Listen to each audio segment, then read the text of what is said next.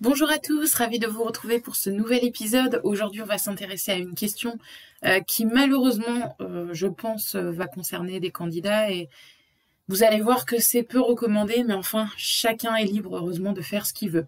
Pourquoi vous ne devez jamais diffuser votre livret 2, même pour une relecture dite gratuite? Là, ça va concerner beaucoup les groupes Facebook où vous êtes souvent dans la même démarche, sur le même diplôme, et puis on se relie entre nous. Le souci, si vous faites ça, c'est que vous ne connaissez pas la personne que vous avez en face. Et c'est pas parce que vous avez échangé quelques semaines, voire quelques mois avec elle sur un site où vous ne la connaissez absolument pas, que vous devez lui confier votre vie et en l'occurrence votre livret 2 avec toutes les informations qui vous concernent dedans.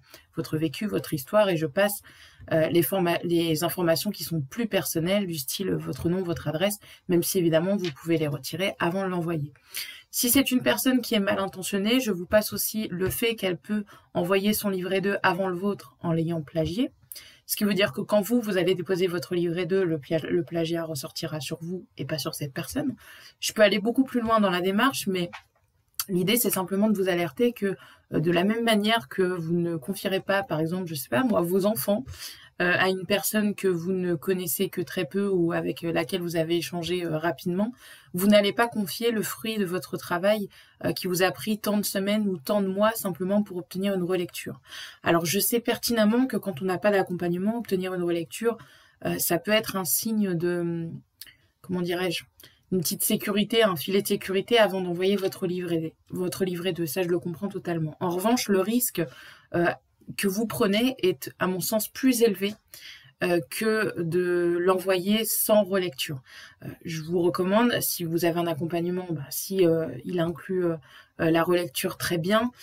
Si vous avez un membre de votre famille même qui ne connaît pas votre environnement, il peut tout à fait vous relire parce qu'avec son regard extérieur, il va forcément vous poser des questions et vous pousser davantage à développer certains aspects de votre écrit. Donc ça peut être une solution.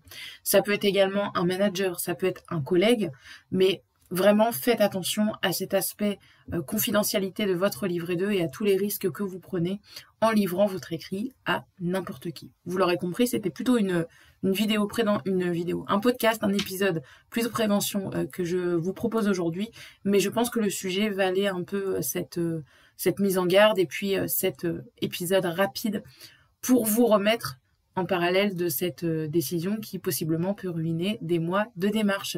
Je vous dis à bientôt et je vous souhaite une très belle journée.